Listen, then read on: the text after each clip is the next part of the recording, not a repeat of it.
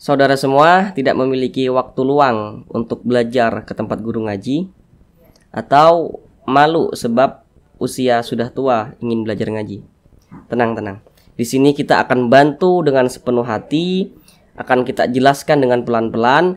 Perhatikan tanda panjang atau tanda mat yang di bawah yang di nomor 1 dengan huruf ba. Huruf ba termasuk huruf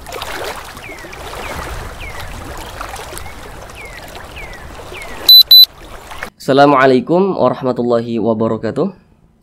Semoga saudara semuanya yang ada di rumah senantiasa dalam keadaan sehat, dipermudah segala urusannya, dan dilancarkan rezekinya oleh Allah Subhanahu wa taala. Amin, amin ya rabbal alamin.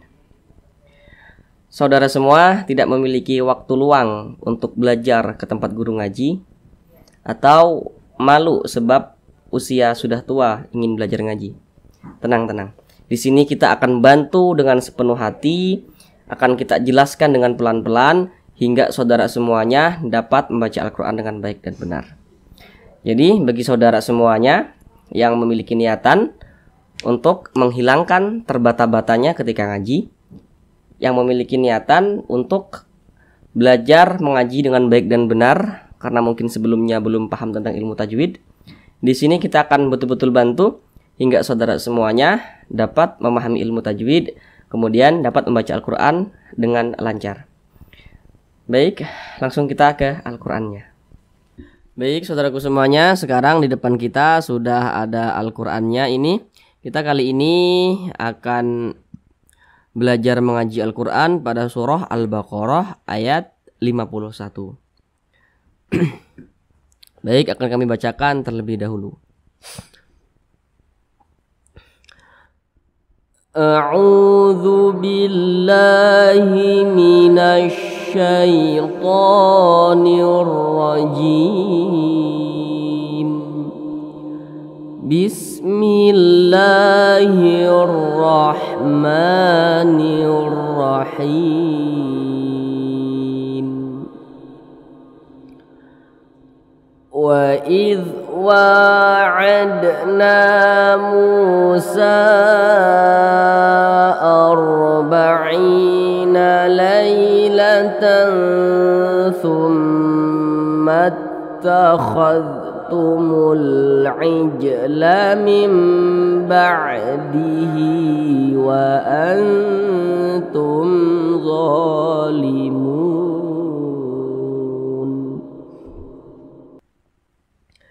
Baik, sekarang kita bahas tentang tajwidnya, tentang panjang pendeknya dengan pelan-pelan. Namun sebelum itu, seperti biasa, kami sangat-sangat menyarankan kepada saudara semuanya untuk kiranya sambil membuka Al-Qur'annya juga di rumah. Baik, yang pertama di sini ada huruf wa. Kemudian huruf wa-nya ini memiliki baris kecil berbentuk alif berdiri ke atas. Perhatikan tanda panjang atau tanda mat yang di bawah yang di nomor 1. Jadi salah satu tanda panjang itu apabila ada alif kecil berdiri di atas huruf. Nah, maka karena di atas huruf wa ini ada alif kecil berdiri di atasnya, maka huruf wa ini dibaca panjang. Panjangnya itu 2 harokat atau kira-kira 2 ketukan. Nah, namanya mat tabi'i. Kemudian di sini ada huruf dal. Huruf dalnya ini berbaris sukun atau huruf dalnya ini mati, ya, dibaca mati gitu ya. Perhatikan di samping huruf qalqalah itu ada 5, salah satunya adalah huruf dal. Jadi huruf-huruf tersebut apabila dia sukun maka dibaca dipantulkan. Maka huruf dal ini karena dia sukun maka bacanya itu dipantulkan. Jadi dibaca adna, nah mantul seperti itu. Adna, ya, jangan dibaca adna, tapi dipantulkan adna begitu. Ini namanya qalqalah, ini qalqalah sugro. Karena huruf qalqalahnya dia sukun, nah, bukan sebab karena disukunkan begitu. Kemudian di sini ada huruf nun. Perhatikan rumus mat tabi'i yang di kotak warna merah. Nah, di situ apabila ada alif, nah ini nun nih yang kakinya ke atas ini, kakinya ke atas ini adalah alif. Nah, tapi alif yang tidak memiliki baris ya. Karena di mushaf Indonesia itu ada hamzah yang ditulis dalam bentuk alif dikasih baris nah, begitu. Maka untuk memudahkan kita semua dalam memahami, maka di sini kami bilang alif yang tidak memiliki baris. Jadi apabila menemukan alif yang tidak memiliki baris ya atau tidak memiliki harokat, kemudian di belakang daripada alif tersebut berbaris fathah. Nah, maka huruf yang berbaris fathah yang pas di belakang alifnya dibaca panjang. Maka huruf nunnya ini karena dia berbaris ke atas kemudian di belakang alif, maka huruf nunnya dibaca panjang. Panjangnya 2 harokat atau kira-kira 2 ketukan, namanya mad tabi'i. Jadi dibaca adna Musa. Nah begitu. Adna, jangan dipanjangkan adna. Nah itu salah. Dia cukup 2 ketukan saja atau 2 harokat. Adna Musa. Nah begitu. Kemudian di sini ada wasukun. Perhatikan rumus mad tabi'i yang di tengah. Apabila menemukan wasukun ya atau huruf wa yang mati, kemudian di belakang daripada huruf wa yang sukun atau huruf wa yang mati tersebut berbaris dhammah. Nah, maka huruf yang berbaris dhammah yang tepat berada di belakang huruf wa, maka dibaca panjang. Maka huruf mimnya ini dia karena berbaris dhammah dan posisinya di belakang huruf wa, karena wa ini sukun maka mu-nya ini dibaca panjang. Panjangnya itu 2 harokat atau kira-kira 2 ketukan, namanya mad tabi'i. Adna Musa. Nah begitu. Kemudian di sini ada huruf sa ya. Huruf sa-nya ini perhatikan, huruf sa-nya ini di atas huruf sa ada alif kecil berdiri ke atas. Nah, ini mad tabi'i, akan tetapi mad tabi'inya berjumpa dengan hamzah. Mad tabi'inya berjumpa dengan hamzah. Atau kalau di Al-Quran terbitan Indonesia itu ditulis dengan alif dikasih baris ke atas. Hamzah kecilnya ini tidak ditulis karena dia di beda kata. Nah, jadi karena mad tabi'i berjumpa dengan hamzah di beda kata, maka namanya berubah menjadi mad jaiz munfasil. Karena dia berubah menjadi mad jaiz munfasil, artinya boleh dibaca lebih daripada 2 harokat gitu. Maka dikasihlah tanda panjang seperti bendera ini atau seperti alis mata, atau tanda panjang di nomor 4 ya, di bawah itu ada nomor 4. Nah itu. Nah maksudnya tanda itu boleh dibaca lebih daripada 2 harokat. Mad jaiz ini panjangnya itu boleh dibaca 4 harokat atau kira-kira 4 ketukan hingga 5 harokat atau kira-kira 5 ketukan. Musa arba'in, Musa arba'in. Nah seperti itu. Kemudian di sini ada ro sukun ya, ro sukun atau huruf ro yang dibaca mati. Nah, di belakang daripada huruf ro-nya ini berbaris ke atas. Nah, berbaris ke atas.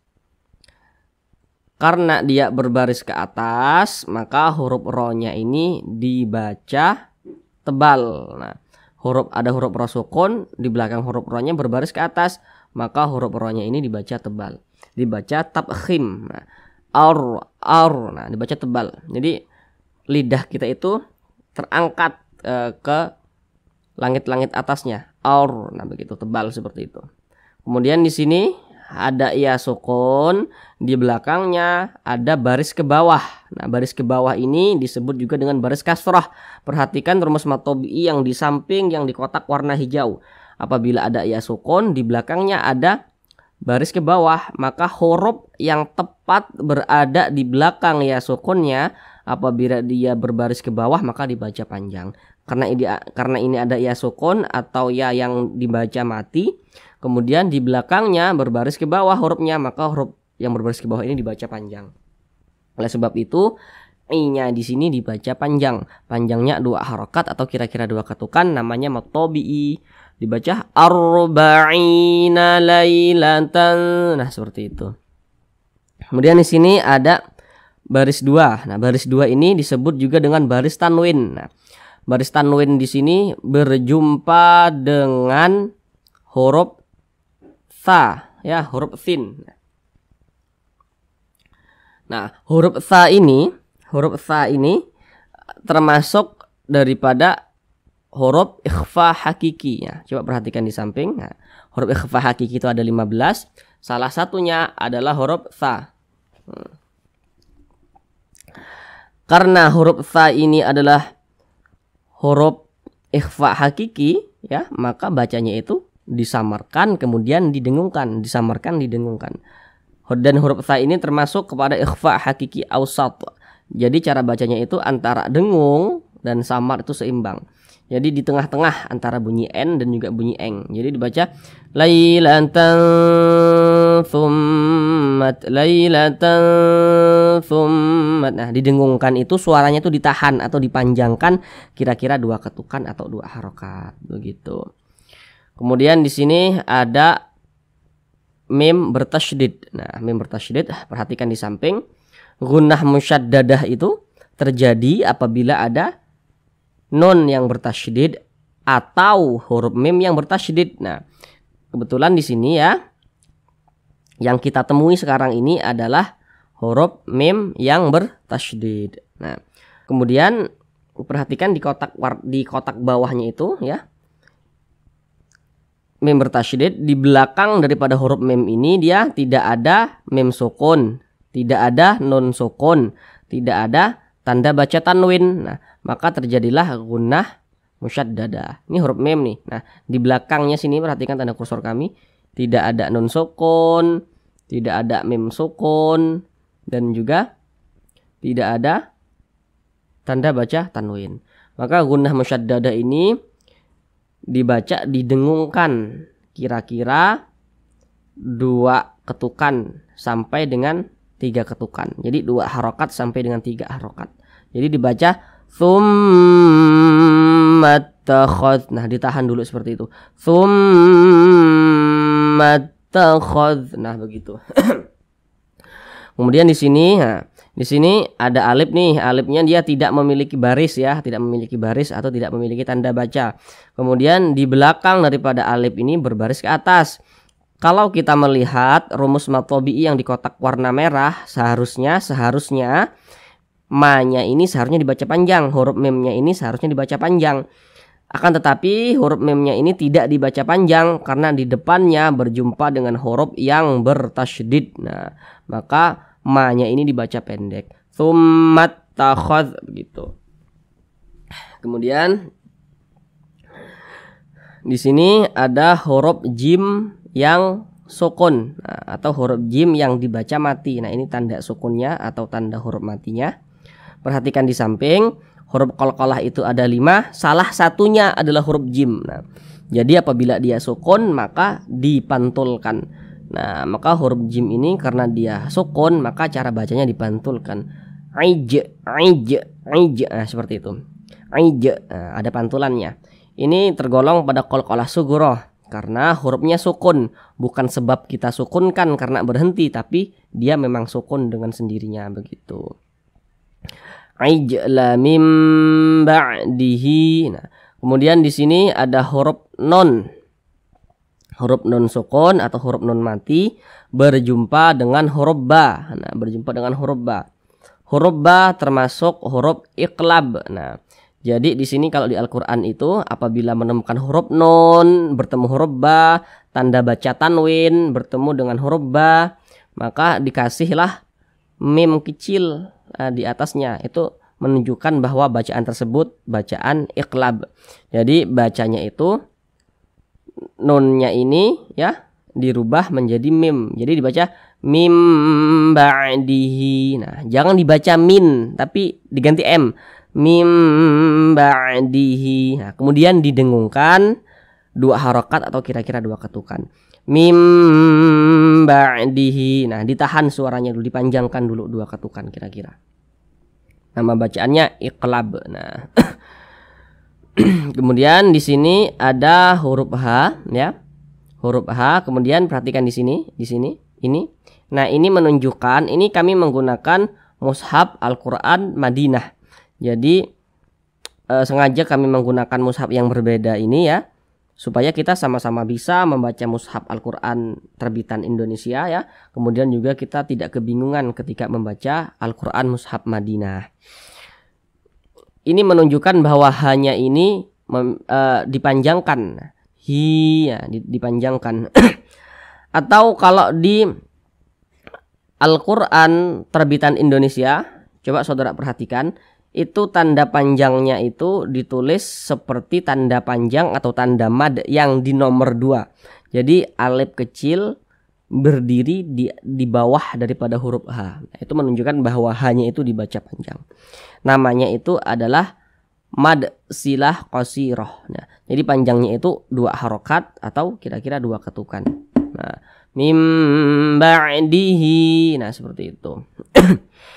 Kemudian di sini ada nun sukun berjumpa dengan huruf ta, ya. Nun sukun berjumpa dengan huruf ta, ya. Kemudian kita lihat di samping, huruf ta termasuk kepada bacaan kepada huruf ikhfa hakiki, ya. Huruf ta itu termasuk huruf ikhfa hakiki, tapi dia tergolong kepada ikhfa hakiki aqrab. Jadi cara membunyikan nya itu disamarkan, didengungkan, akan tetapi bunyi samarnya itu lebih dominan. Jadi lebih condong berbunyi n. Nah, wa antum. Nah, wa antum. Nah, seperti itu. Panjangnya 2 harokat atau kira-kira 2 ketukan. Kemudian di sini ada huruf zo.